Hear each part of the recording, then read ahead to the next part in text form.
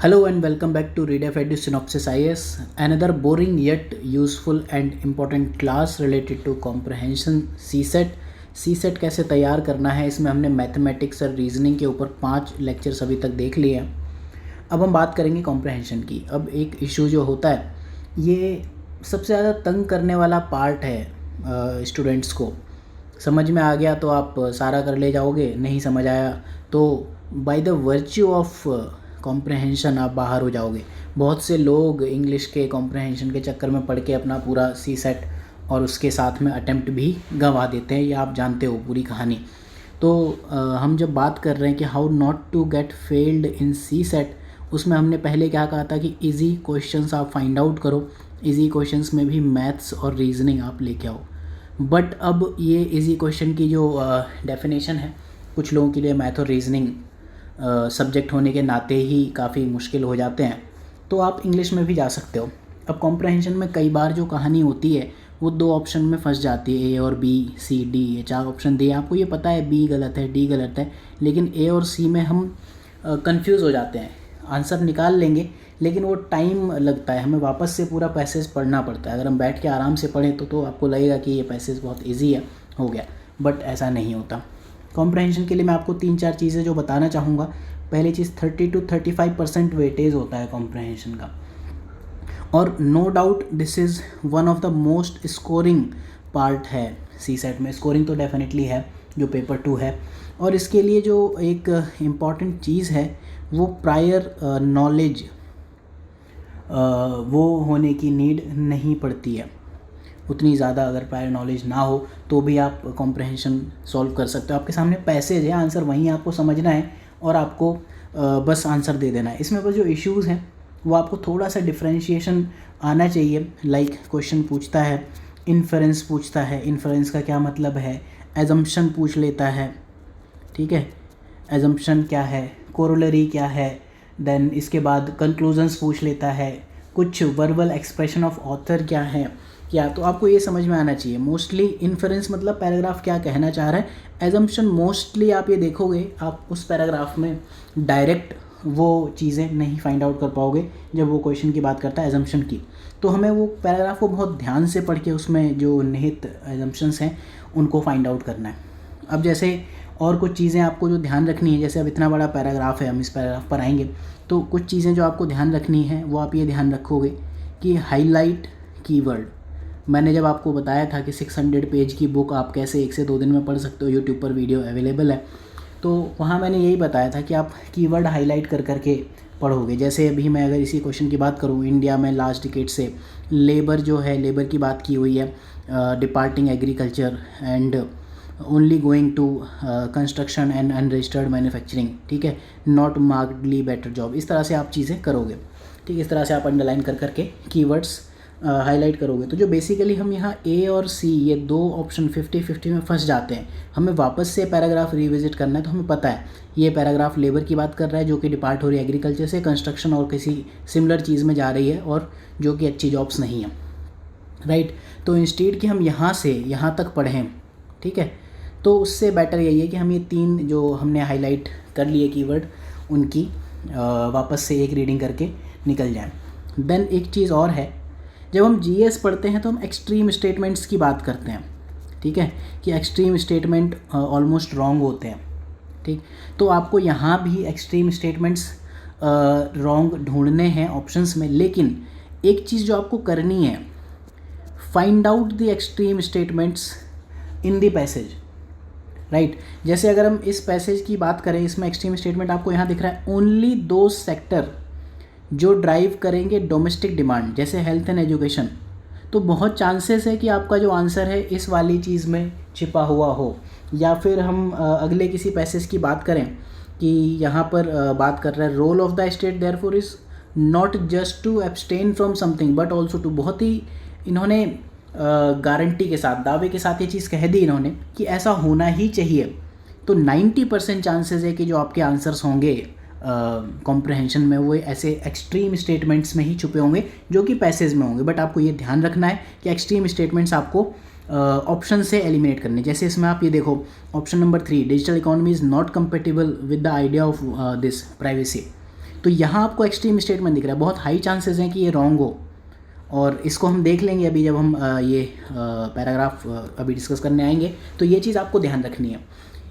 तो extreme statements आपको देख लीजिए। जनरलिस्टिक स्टेटमेंट्स की जो बात है, जनरलिस्टिक स्टेटमेंट जो हमने देखे हैं वो जनरली GS1 मतलब जो प्रीलिम्स का पेपर 1 होता है वहाँ ट्रू होते हैं, लेकिन यहाँ आपको तभी ट्रू दिखाना है जनरलिस्टिक स्टेटमेंट्स को जबकि वो पैसेज में बात उनकी की गई हो। जैसे हम 2020 का ये पैसेज नंबर 3 देखें, इसमें बात की है कुछ कुछ चीज़ें। अब ऑप्शन आप देखो, यहाँ पर इन्होंने कहा कि जो वेटलैंड है रामसर के अंदर इनको प्रोटेक्ट किया जाना चाहिए। दूसरा है कि ये वाटर सिस्टम्स मॉडर्नाइज करने चाहिए, ऑगमेंटेड होने चाहिए, ठीक है, फ्री ऑफ कॉस्ट पानी नहीं देना चाहिए। तो GS होता अभी है, GS1 होता तो all of the above correct होते, ठीक है। ये भी आपका ट्रू है कि वाटर वेटलैंड आपके रेनफोर्स होनी चाहिए, लेकिन आपको ये देखना है पूरे पैराग्राफ में ना तो रामसर कन्वेंशन की बात की गई है, यहाँ कहीं आपको लिखा हुआ नहीं दिखेगा, ना मॉडर्नाइजेशन की बात की गई है, ना ही फ्री कॉस्ट की बात की गई। जब इन चीज़ों की बात ही नहीं की तो वो चीज़ें आपके सॉल्यूशन में आएंगी नहीं। तो CSET करते हुए जो ये कहा जाता है, अभी मैंने यहाँ पर कहा कि प्रायर नॉलेज नहीं चाहिए, वो यही है कि जनरलिस्ट स्टेटमेंट जो कि GS1 में ट्रू हो जाते यहाँ पर आपके गलत प्रूव हो जाएंगे, ठीक है। फिर इसके अलावा एक और चीज़ है कि रीड ऑल दी स्टेटमेंट्स, जितने भी स्टेटमेंट हैं आप वो सब पढ़ोगे। अगर आप वो नहीं पढ़ोगे तो फिर आप गलती कर जाओगे। जैसे मैं आपको बताऊँ, ये जो अगला पैराग्राफ है ये एसेट एलोकेशन वाली बात है, और इसमें अगर आप देखोगे जब आप पढ़ोगे तो ऑप्शन A भी आपको ट्रू लगेगा, D भी आपको ट्रू लगेगा। अगेन इसका आंसर वहीं से आएगा कि हम जो चीज़ें बिल्कुल ही गारंटी के साथ इस पैसेज में कही गई होंगी उन्हीं के बेस पर आंसर बनेगा। जैसे गारंटी के साथ इस पैसेज में एक ये लाइन कही है यहाँ से यहाँ तक, दूसरी लाइन इन्होंने यहाँ कही है कि no asset that is risk free, and तीसरी लाइन यहाँ पर है जो एंड में we can not live something, यहाँ कुछ लिखा हुआ है, ठीक है, ये वाली चीज़ एज्यूमिंग दैट ये है, ठीक। तो यहाँ 3 बेसिकली एक्सट्रीम स्टेटमेंट है जिनसे आपका आंसर बनेगा। और अगर आप देखो there is no asset that is risk free, अगर हम इस चीज़ की बात कर लें तो इससे इस वाले स्टेटमेंट से D ट्रू हो जाता है और इस वाले स्टेटमेंट से आपका A ट्रू हो जाता है। तो अब हमें फिर से पैराग्राफ देखना है कि किस पर ज़्यादा वेटेज दिया है, ऑथर क्या कहना चाह रहा है आपसे, उसके अकॉर्डिंग हम ये चीज़ें सॉल्व करेंगे। तो इस तरह से CSET में जो things to do and what not to do ये आपको ध्यान रखना है, ठीक है। जो ऑप्शंस में आपको ये ध्यान ज़रूर रखना है, again and again I am telling कि जो सॉल्यूशंस होंगे generally most of the times extreme messages जो दिए होंगे पैराग्राफ में वहीं से होंगे, तो उन्हें आप हाईलाइट ज़रूर करना। चाहे तो आप हाईलाइटर से इस तरह से हाईलाइट कर लेना, या पेंसिल से, या कहीं कुछ रेड कलर से, वट एवर यू वांट, इस तरह की चीज़ें कर सकते हो। कुछ पैसेजेस देखते हैं जो मैंने आपको अभी तरीके बताए हैं, ठीक। एक और चीज़ है जो मैं आपको कह सकता हूँ, वो आपको करनी चाहिए, रीड द ऑप्शंस फर्स्ट, ठीक है। ऑप्शंस आप सबसे पहले पढ़ लो, आपको एक जनरल आइडिया लग जाएगा किन किन चीज़ों को आपको ध्यान देना है। जैसे ऑप्शन में यहाँ पर एक माइग्रेशन की बात कर रहा है, ठीक है, वर्किंग कंडीशन इंप्रूव करने की बात कर रहा है, सर्विस सेक्टर क्या है ये रिड्यूस कर रहा है प्रॉब्लम अनएम्प्लॉयमेंट इसकी बात कर रहा है, और सोशल सेक्टर स्पेंडिंग की बात कर रहा है। तो ये 4 कीवर्ड आपको एनीवेज देखने। अगर आप पहले सॉल्यूशन पढ़ लो, ऑप्शंस पढ़ लो, तो आपको पैराग्राफ में एग्जैक्टली पता रहेगा कि क्या क्या चीज़ें आपको ध्यान रखनी है। जैसे ऑप्शन नंबर 2 है, ठीक है, सॉरी पैसेज नंबर 2 है, यहाँ आप देखोगे कि पहली लाइन में इन्होंने कहा राइट टू प्राइवेसी, ठीक है, दूसरी लाइन इन्होंने कहा कि राइट की डेफिनेशन दे दी, ठीक। तो ये 2 लाइन तो आपकी क्वेश्चन से कहीं तक रिलेट ही नहीं है। आप तीनों ऑप्शन देखो, इनके बारे में पूछा ही नहीं है। जो क्वेश्चंस पूछे हैं तो आपको ये ध्यान रखना है कि इनमें हम कुछ अंडरलाइन करेंगे भी नहीं। तो जब हम इस पैराग्राफ को पढ़ेंगे, अगर हमने पहले ऑप्शन पढ़ लिए कि ऑप्शन 3 चीज़ों की बात करें, डिजिटल इकोनॉमी कंपेटिबल नहीं है इसके साथ में, स्टेट्स को प्राइवेट पार्टीज़ को वायलेट करने से रोकना चाहिए, तीसरी चीज़ है स्टेट्स को इंस्टीट्यूशन डालने चाहिए। अब यहाँ कहीं राइट की बात नहीं की गई कि राइट टू प्राइवेसी कहाँ से आएगी, ये राइट की डेफिनेशन कहाँ है। तो हम बेसिकली पैराग्राफ जो ध्यान से पढ़ना शुरू करेंगे वो इसके आगे से पढ़ना शुरू करेंगे, इसके पीछे का हमारे लिए हो गया यूज़लेस, ठीक है, उनमें आंसर आ भी नहीं रहा है, राइट। तो इतनी चीज़ें आप ध्यान रखोगे, अगर इतनी चीज़ें आप कर लेते हो देन आपको ऑब्वियसली जो CSET है फेल तो नहीं करा देगा। अगेन मैं बार बार बात करता हूँ, फेल नहीं होना, ये फुद्दू सा सब्जेक्ट है, इसमें आप फेल हो जाओगे तो कैसे IAS बन जाओगे, और ऐसे कैसे IAS बनोगे अगर आपको CSET नहीं आ रहा ढंग से समझ में, तो राइट। तो ठीक है, शुरू करते हैं पैसेज नंबर 1 से। 5 और 6 पैसेज इस लेक्चर में डिस्कस करते हैं। पैसेज भी 2 तरह के हैं, एक स्मॉल पैसेजेस जिनसे एक पैसेज से एक आपको क्वेश्चन का आंसर करना है। दूसरे हैं लार्ज पैसेजेस जो अप्रोक्सीमेटली 200 वर्ड्स के होते हैं, स्मॉल पैसेज 80 वर्ड्स के होते हैं। लार्ज पैसेज जो है उससे 2 से 3 क्वेश्चंस पूछते हैं। पहले 3 पूछता था, अब तो इस साल में तो मुझे 3 वाले दिखे नहीं, ठीक है। 2020 में 2 ही क्वेश्चंस पूछे हैं। देन जो स्मॉल पैसेज है उसमें भी है कि ABCD टाइप, मतलब एक स्टेटमेंट है, या फिर जो ये मल्टीपल चॉइस दे दी कि 1 and 2 एंड फलाना ढिमका, ये इस टाइप की चीज़ें ये पूछ लेता है, राइट। तो इस तरह के 3 टाइप के क्वेश्चंस हमें दिखेंगे और फिर जैसे जैसे क्वेश्चंस जहाँ जहाँ आते जाएंगे उनकी हम बात करेंगे। आपको 1-2 चीज़ें और ध्यान रखनी है। अगर पैराग्राफ में नो मेंशन, एक चीज़ ध्यान रखना, नो मेंशन, बस ये चीज़ आप ध्यान रख लो। जो चीज़ कहीं लिखी नहीं है पूरे पैराग्राफ में वो चीज़ नहीं होगी जब तक कि वो एजम्पशन वाला क्वेश्चन ना हो। एजम्पशन में हम थोड़ी बहुत एजम्पशंस डाल सकते हैं डेफिनेटली, राइट। तो शुरू करते हैं। ये कहता है कि पिछले कुछ डिकेड्स में लेबर जो एग्रीकल्चर में थी वो डिपार्ट हो रही है, कंस्ट्रक्शन और अनरजिस्टर्ड मैन्युफैक्चरिंग में जा रही है, जो कि बहुत अच्छी जॉब्स नहीं है, मार्कली बेटर जॉब्स नहीं है, ठीक है। अब अगर हम यहाँ देखें, अगर हमने पहले ऑप्शन पढ़े होते माइग्रेशन की बात की है, तो माइग्रेशन की यहीं बात की हुई है पैसेज में, तो आपको पता है कि ये आंसर तो गलत है, ठीक। ये कहीं नहीं कहा पूरे इस लाइन में कि आपको माइग्रेशन को रोकने के लिए स्ट्रॉन्ग मेजर्स लेने चाहिए, तो आपका इमीडिएटली स्टेटमेंट गलत हो गया। तो अगर आपने पहले ऑप्शन में कीवर्ड्स हाईलाइट कर लिए कि आपको किन किन कीवर्ड्स के पॉइंट्स ढूंढने हैं, इसका आपको पॉइंट आंसर ढूंढना है, इसका ढूंढना है, इसका ढूंढना है, इसका ढूंढना है, अगर आपने ये पहले ही चीज़ें ढूंढ ली हैं तो आप एक एक करके ऑप्शन इमीडिएटली एलिमिनेट करते जाओगे। जनरली क्या होता है कि 1 या 2 स्टेटमेंट के ऊपर 1 या 2 जो फुल स्टॉप आते हैं, यहाँ से यहाँ तक आप देखो कि ये पहला यहाँ से स्टार्ट हुआ यहाँ तक, तो मोस्टली ये होगा कि एक सेंटेंस के ऊपर एक ऑप्शन बनेगा, कभी कभी 2 सेंटेंस के ऊपर भी एक ऑप्शन बन जाता है, राइट। तो हमें पता है माइग्रेशन वाली चीज़। तो ये कहता है कि लेबर जो है, पूरी कहानी लेबर के ऊपर है, डिपार्टिंग फ्रॉम एग्रीकल्चर, कंस्ट्रक्शन में जा रही है, जो मार्केटली बेटर जॉब नहीं है। बाद में इसने सर्विस की बात कर दी, सर्विस की जो बात है वो यहाँ हो रही है ऑप्शन सी में, राइट। तो सर्विसेज जहाँ लेबर मोस्ट प्रोडक्टिव होते हैं, not generating additional jobs in the country, यहाँ ये बात भी दावे से कर दी है कि मतलब सर्विसेज एडिशनल जॉब्स तो क्रिएट नहीं कर रही हैं, राइट। इन्होंने कहा इंडिया को 24 मिलियन या ऐसी कुछ जॉब चाहिए। न्यू सेक्टर, एक न्यू सेक्टर है वो ई-कॉमर्स है, इसकी बात की है। Can be best close only to half job, मतलब ई-कॉमर्स आएगा भी तो भी आधी जॉब्स दे पाएगा।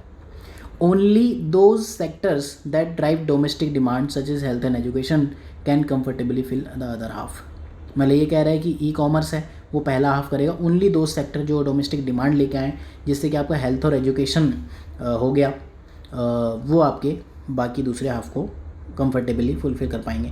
तो अगर आप देखो यहाँ पर ऑप्शन बाय ऑप्शन जाते हैं, हम स्टेटमेंट 1 में जाते हैं, स्ट्रॉन्ग मेजर्स लेने हैं, reduce rural to urban migration of the labour, कहीं नहीं लिखा, कहीं भी नहीं लिखा कि जो ये लेबर है डिपार्ट कर रहा है उनके लिए आपको रोकना है, कहीं भी नहीं लिखा, right. Working condition in construction need to be improved, ठीक है। ऑप्शन बी अगर आप देखो, यहाँ इन्होंने ये ज़रूर कहा है not markedly better job, but यहीं कह के छोड़ दिया, ठीक है। इसका ये मतलब नहीं, इन्फरेंस नहीं निकालना है, ठीक है। Best implied in the passage, ठीक है। एजम्पशन नहीं देनी कि मतलब क्या ये एजम्पशन बेस्ड क्वेश्चन होता तो शायद आप भी सही कर देते, लेकिन वर्किंग कंडीशन इंप्रूव नहीं करनी है, ऐसा कहीं नहीं लिखा। तो ए भी आपका हुआ गलत, बी भी गलत हुआ। Service sector has been reducing the problem of unemployment, कहीं नहीं लिखा। इन्होंने इनफैक्ट ये लिखा है कि सर्विस सेक्टर क्या है, नॉट जनरेटिंग, मैंने क्या कहा था, एक्सट्रीम स्टेटमेंट होंगे उनमें आपके आंसर छुपे होंगे। Not generating the additional jobs ये है, ये एक्सट्रीम स्टेटमेंट है, तो आपका सी हो गया गलत। अब बचा तो आपका डी ही, डी आपका ओनली इस वाले एक्सट्रीम स्टेटमेंट से आ रहा है।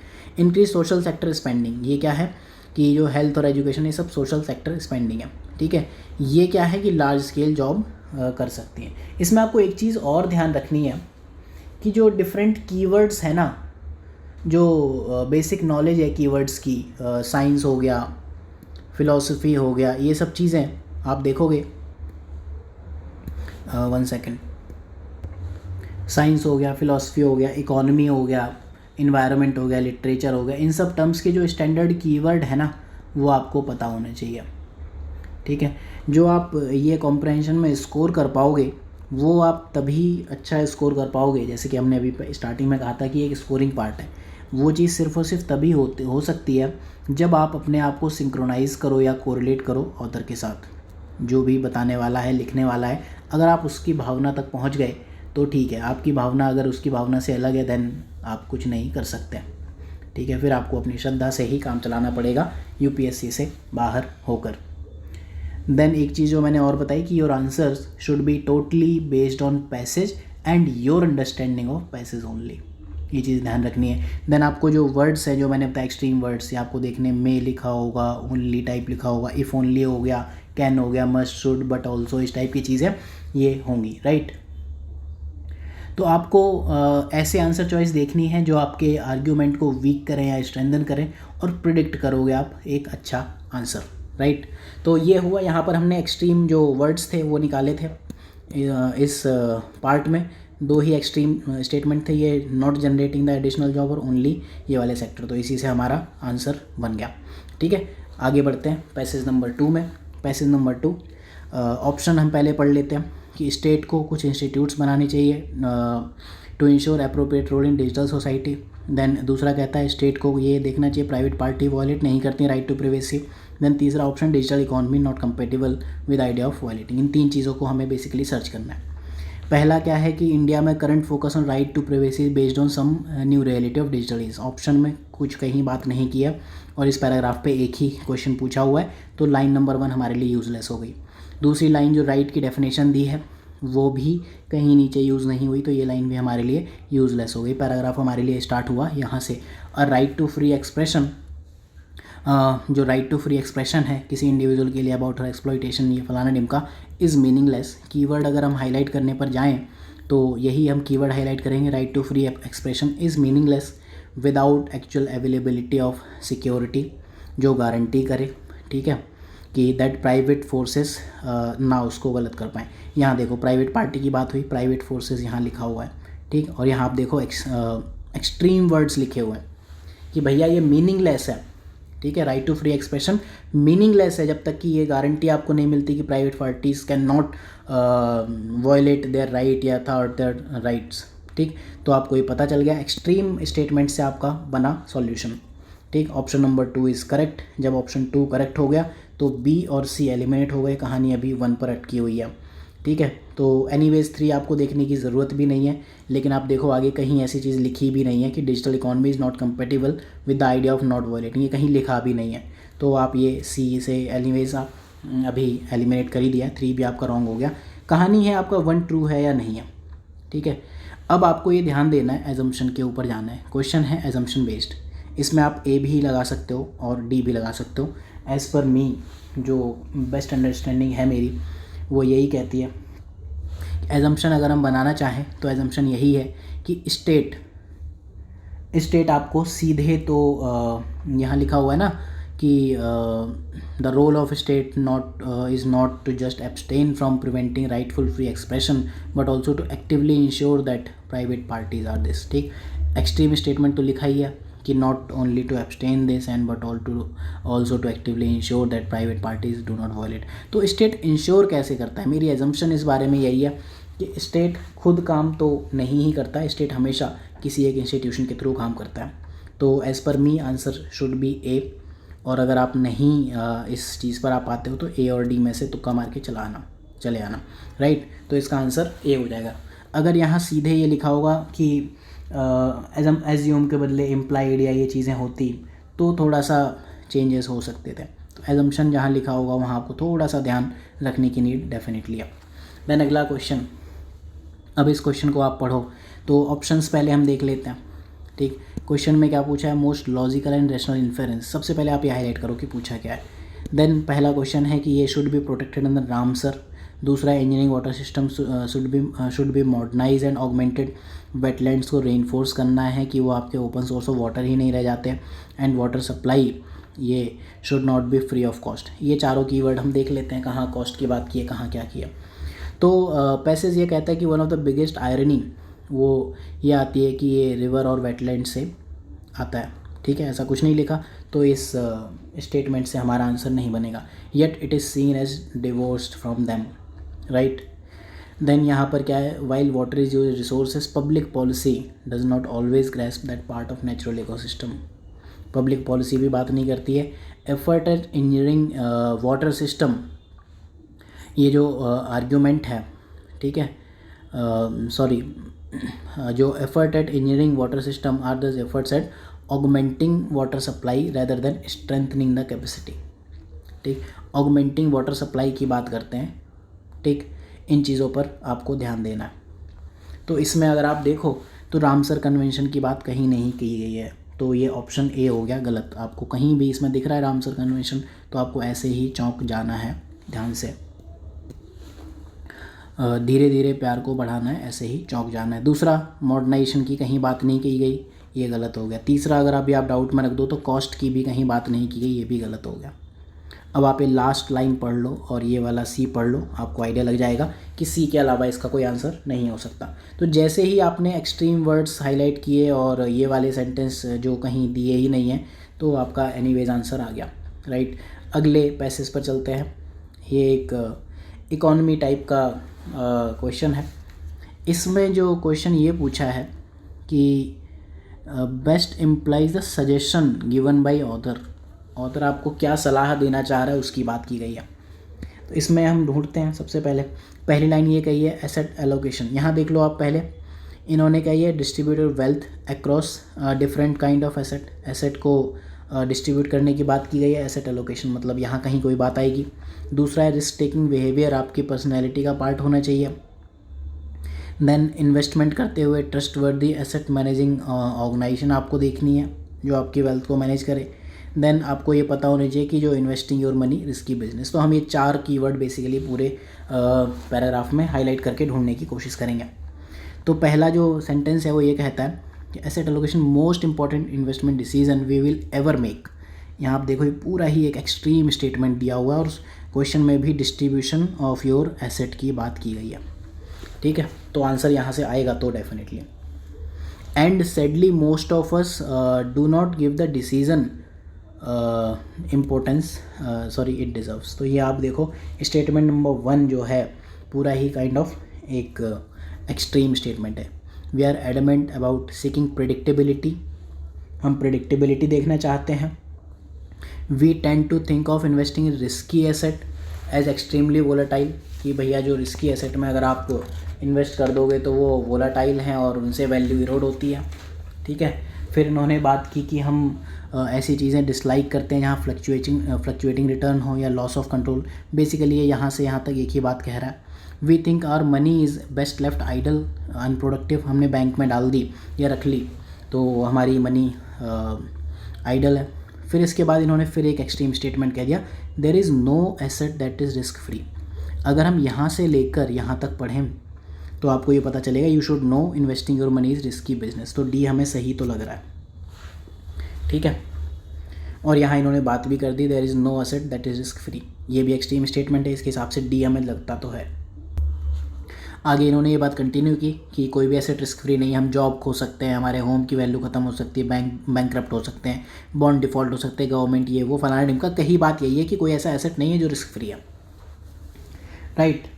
फिर इन्होंने एक बात फिर एक्सट्रीम में कह दी, but we can not live life assuming that all extreme events are waiting to happen, and वो भी सारे एक साथ हो जाएंगे। तो ये फिर एक एक्सट्रीम स्टेटमेंट कह दिया। तो जो आपको एक्सट्रीम स्टेटमेंट्स दिखेंगे पूरे पैराग्राफ में, एक ये है, एक ये है, एक ये है। आप ये देखोगे कि जो कॉम्प्रहेंशन है, अगर हम इसमें एक्सट्रीम स्टेटमेंट्स निकाल लेते ढूंढ के, आपका कॉम्प्रहेंशन सॉल्व हो गया, राइट। इन्होंने ये कहा all these extreme forms of risk we know will not manifest at the same time. तो अब यहाँ आप देखो कि पर्सनैलिटी की कोई बात नहीं की गई, एसेट मैनेजिंग ऑर्गेनाइजेशन की कहीं बात नहीं की गई, बी और सी तो हो गया गलत, राइट। अब इन्होंने क्वेश्चन क्या पूछा है कि मैसेज क्या देना चाहता है ऑथर ने ये भी मैसेज दिया है कि आपको पता होना चाहिए कि आपका जो मनी इन्वेस्टमेंट है वो रिस्की बिजनेस होना चाहिए। तो हम डी लगाएं, या फिर जो एसेट डिस्ट्रीब्यूशन है डिफरेंट काइंड ऑफ एसेट वो हमारे रिस्क को मिनिमाइज़ करेगा। दोनों ही चीज़ें बताई हैं पैराग्राफ में कि ये रिस्की भी है और अगर आप ये कर देते हो तो वो मिनिमाइज़ भी करेगा, राइट, ठीक। तो इसमें आपको ये देखना है कौन सी चीज़ पे ज़्यादा इन्होंने एम्फेसिस दिया हुआ है। इन्होंने ये कहा तो एसेट एलोकेशन है, ये मोस्ट इंपॉर्टेंट डिसीजन है जो हम कर सकते हैं लेकिन हम करते नहीं हैं, बट हमारी लाइफ इस हिसाब से चल नहीं सकती। तो ये तो कह रहे हैं भैया, ये तो थोड़ा छोटा मैसेज है, ये है कि भैया अपनी जो रिस्क मिनिमाइज़ करने की कोशिश करो, अपनी वेल्थ को डिस्ट्रीब्यूट तो करो। ठीक है, आप इस भरोसे नहीं बैठ सकते कि एक्सट्रीम इवेंट होंगे, ये वो होगा, तो आप ये चीज़ों के भरोसे नहीं बैठ सकते। तो आपको देखना है जब आप दो स्टेटमेंट्स में फंस जाओ तो किसका वेट ज़्यादा है, पैराग्राफ की टोन क्या है। अगर ये ऑथर यहाँ कह देता कि hence we should live life assuming this, तो भैया इसका आंसर डी हो जाता। तो ये इस तरह से चीज़ें होंगी। देन अगला जो क्वेश्चन है पैसेज 5, इस पर 2 क्वेश्चंस पूछे हुए हैं। एक ये है क्वेश्चन नंबर 5 जो पूछा है, जिसमें 4 ऑप्शंस हैं, एंड देन इसके बाद आपका क्वेश्चन नंबर 6 भी इसी पर पूछा हुआ है। तो देखते हैं, अगेन इसमें हम वही पहले सॉल्यूशंस में देखते हैं क्या है। बायोटेक्नोलॉजी रेगुलेशन एक इवॉल्विंग प्रोसेस है। ठीक है, participation of people is needed, participation of people की बात की गई है पॉलिसी मेकिंग में। Biotechnology regulation should take into account socio economic aspect, इनकी बात की गई है। ठीक है, जो हम रेगुलेशन बनाएंगे वो सोशियो इकोनॉमिक एस्पेक्ट्स की बात की है। और कोई स्टेटमेंट है involvement of political executive in biotechnology regulation, ये फलाने इन 4 चीज़ों की बात की है। हमें ये चीज़ें ढूंढनी है। पढ़ लेते हैं एक बार। पैराग्राफ ये कहता है कि जीएम क्रॉप्स हैं जो जेनेटिकली इंजीनियर्ड हैं, वो मोस्टली ऑल्दो आज के टाइम में सिंगल ट्रेड के लिए हैं, बट इन फ्यूचर आपके मोर देन 1 ट्रेड के लिए जाएंगे, विल बी द नॉर्म। यही है, यहाँ तक यही चीज़ कही गई है। दस बायोटेक्नोलॉजी का रोल जो है, role in agriculture and the regulation, देखो रेगुलेशन यहाँ पर आपको दिख गया। ठीक है, जो क्वेश्चन पूछा है वो यहाँ आपको कीवर्ड दिख गया ऊपर, मतलब आपको आंसर दिख नहीं रहा है अभी तक। जो अभी तक हमने ये पढ़ा, ये हमें चारों ऑप्शन में कहीं दिखा नहीं, लेकिन हम उसे क्यों रखें, क्योंकि एक और क्वेश्चन पूछा हुआ है इसके बेस पर, तो हम बिल्कुल ही स्ट्राइक डाउन नहीं कर देंगे। कहाँ गया, biotechnology role in agriculture and regulation can not be understood solely in context of, ठीक है, can not be understood solely in context of the current generation of. ठीक है, बिल्कुल ही एक्सट्रीम बात कर दी कि इसको हम समझ ही नहीं सकते सिर्फ आज की जनरेशन पर जाएं। Instead there is a need to take comprehensive look, एक हमें कॉम्प्रहेंसिव लुक की नीड है। Taking into account various aspects including socio economic aspect, ये दिख रहा है ऑप्शन सी। तो ऑप्शन नंबर 3 सॉरी ये आपका हो गया। सो दैट पोटेंशियल और the technology can be harnessed while minimising negative impact. तो अगर आप देखो स्टेटमेंट नंबर 3 कहाँ कहाँ है, तो 1 तो एलिमिनेट हो गया, 3 यहाँ भी है, 3 यहाँ भी है, 3 यहाँ भी है। ठीक है, और देख लेते हैं अभी इन्होंने जो और बात की है यहाँ जो आगे चलते हैं। Given the importance of biotechnology in developing varieties, importance है, that can help in climate change mitigation and adaptation, इसमें हेल्प कर सकती है। Not using biotechnology as a part of climate change action can not be an option. इन्होंने फिर कहा not using biotechnology can not be an option, ये एक फिर से स्टेटमेंट हो गया। Domestic regulation can not be viewed in isolation of trade policy, ये भी इन्होंने कहा कि भैया इनको आप आइसोलेशन ऑफ ट्रेड पॉलिसी में नहीं देख सकते, एंड ऑब्लिगेशन वगैरह वगैरह। ठीक, अगर आप स्टेटमेंट देखो तो पार्टिसिपेशन ऑफ पीपल की तो कहीं बात नहीं की गई ऊपर, ये तो पक्की बात है। 3 हमारा सही था, 2 गलत है। 3 सही था, 2 गलत है, तो आंसर आपका आ गया। बाकी स्टेटमेंट आपको पढ़ने भी नहीं है, राइट। पढ़ना है तो यहाँ देखो पॉलिटिकल एग्जीक्यूटिव की बात भी कहीं नहीं की गई है। ठीक, अब बचा 1 और 3, एक बार वेरीफाई कर लेते हैं कि 1 और 3 तो हमें क्लियर दिख रहा है। अब जो आपको डाउट आएगा कि biotech regulation is an evolving process, वो कैसे है, तो इवॉल्विंग प्रोसेस वाली जो बात आएगी वो यहाँ से आएगी कि यहाँ एक बात की गई है कि जो biotechnology role in agriculture and the regulation है, it can not be understood in the context of current generation, instead there is a need to take comprehensive look. ठीक है, कॉम्प्रहेंसिव लुक की बात की गई, मतलब हम कॉम्प्रहेंसिव लुक लेंगे, मतलब इवॉल्व होने की नीड है। तो इससे आता है आपका option number 1, that is true. तो आप ये चीज़ देखोगे जो थोड़े से कंफ्यूजिंग से स्टेटमेंट्स हैं, अगर आपको नहीं भी डायरेक्टली समझ में आ रहे हैं, गो विद एलिमिनेशन। आपने ऑप्शन नंबर 3 फाइंड कर लिया, सही है, 2 गलत है एंड 4 गलत है, आपका आंसर वैसे ही आ गया। और अगर आप ये आइडिया लगा पा रहे हो कि कौन सी एजम्पशन, अब देखो यहाँ जो चीज़ है ना, जैसे मैंने बोला था एजम्पशन वाले क्वेश्चन में डायरेक्ट आपको आंसर्स हो सकता ना मिले, तो एजम्पशन वाले क्वेश्चन में थोड़ा ध्यान रखना है। जब भी एजम्पशन वाले क्वेश्चन आ जाए तो ट्राई करो कि जो आपके नेगेटिव या बिल्कुल ही 100% ट्रू स्टेटमेंट हैं उनको तो आप फाइंड आउट कर लो। फिर आप बैठ के एजम्पशन लगाओ कि ये एक इवॉल्विंग प्रोसेस है कि नहीं है। कई बार हो सकता है स्टेटमेंट ऐसे हो कि आपको वो एजम्पशन लगाने की नीड ना पड़े। तो जो सबसे टफ क्वेश्चन होंगे कॉम्प्रहेंशन में वो एजम्पशन वाले होंगे, ये ध्यान रखना। एजम्पशन अगर है तो फिर हो जाएगी दिक्कत। ठीक, तो अगला क्वेश्चन और देख लेते हैं, इसके बाद हम फिर बाकी कंटिन्यू करेंगे नेक्स्ट लेक्चर में। क्रक्स ऑफ द पैसेज, ठीक है, best implies the crux. Crux क्या है? प्रिकॉशनरी प्रिंसिपल को इम्पोर्टेंस नहीं दी गई। कहीं बात की पैसेज में? की है क्या? सोचो, नहीं की है, answer is wrong. Biotechnology is not currently use in climate change mitigation, ऐसा कहा गया है क्या? नहीं कहा गया। इंस्टेड इन्होंने क्या कहा है कि जो बायोटेक्नोलॉजी है, यहाँ कहीं बात की थी इंपॉर्टेंस ऑफ बायोटेक्नोलॉजी, ये ठीक, not using biotech can not be an option. जो बात की उन्होंने उल्टे सेंस में बात की है कि बायोटेक्नोलॉजी यूज़ करना तो ऑप्शन हो ही नहीं सकता, लेकिन यूज़ नहीं हो रही है, ऐसी कहीं बात नहीं कही। ठीक है, बायोटेक्नोलॉजी का रोल है not confined to current priority of developing GM crop. दिख रहा है हमें एक ब्रॉडर सेंस में बात कर रहा है पूरा जो पूरा जो पैराग्राफ है, बट फिर भी इसको अभी हम डाउट में रखते हैं। नेगेटिव इम्पैक्ट ऑफ बायोटेक्नोलॉजी, ये यहाँ था are not. Negative impact of biotechnology properly understood हुए, कहीं बात की है क्या? नहीं किया। तो जिस ऑप्शन पर आपको डाउट था वो आपका सॉल्व हो गया, क्योंकि जो पैराग्राफ है एक ब्रॉडर रोल ऑफ बायोटेक की बात कर रहा है। वो क्लियर कह रहा है कि current priorities of GM crop पे नहीं जाना है, आपको जो नेक्स्ट जनरेशन की क्रॉप्स हैं, ठीक है, ये बात की है ना कि सिंगल ट्रेट पर इन फ्यूचर में नहीं रहेगा। इन फ्यूचर में आपको मोर देन वन ट्रेट जाएगा, आपको रेगुलेशन इंप्रूव करने पड़ेंगे, आपको क्लाइमेट में काम करना पड़ेगा। तो इस तरह से आपको पता चल रहा है कि आंसर सी है। लेकिन अगर नहीं भी पता चल रहा है तो आपने क्लियरली ए, बी और डी एलिमिनेट कर दिया। तो इस तरह से होते हैं क्वेश्चन सॉल्व। मैथ्स के क्वेश्चंस हम देख ही चुके थे।